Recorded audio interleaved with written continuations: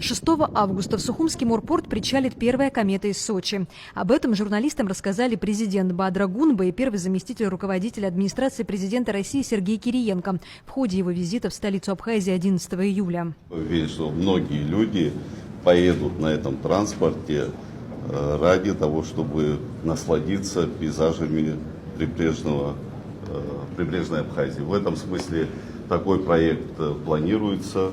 Я думаю, что мы не раскроем секрета. Уже вчера Сергей Владимирович про это говорил. Первый тестовый рейс будет уже 6 августа. Я надеюсь, что такого рода сообщение будет пользоваться спросом. А уже 13 июля Абхазское морское пароходство завершило все необходимые работы для приема первой кометы. Дополнительные отбойные устройства мы установили на причальное сооружение, которые адаптированы конкретно под комету. Также был осуществлен косметический ремонт настила причального сооружения и для безопасности пассажиров леерное ограждение.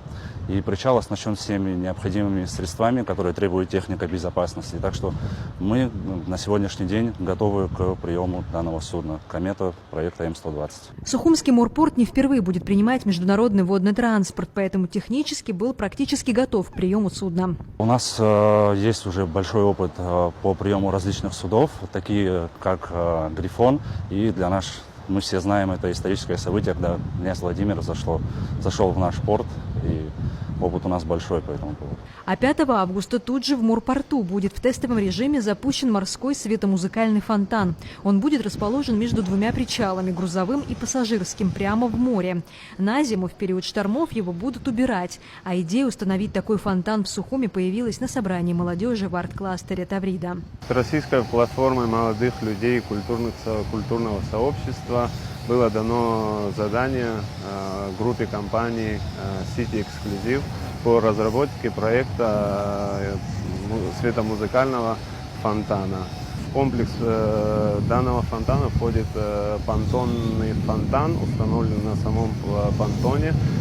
Также комплекс подсветки морского порта. Высота центральной струи данного фонтана будет 20 метров, разброс воды по сторонам 30 метров. Работы по подготовке к установке фонтана идут полным ходом. Строительством занимается компания «Фонтан Сити», имеющая опыт установки более 600 таких фонтанов по России.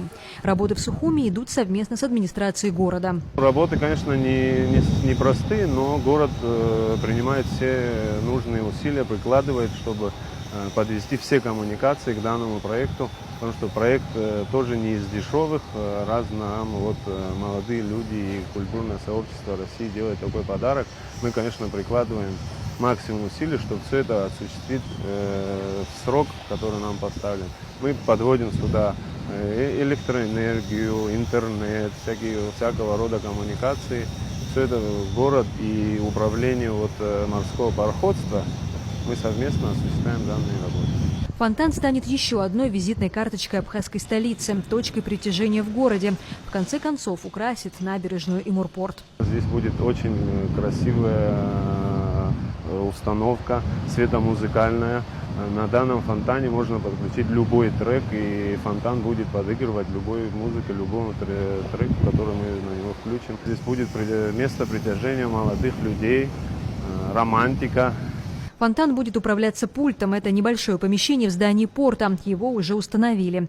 Вода, музыка и свет, соединившиеся в одном новом для Абхазии морском сооружении, темными южными вечерами будут радовать жителей и гостей республики красочными шоу, уже начиная с 5 августа.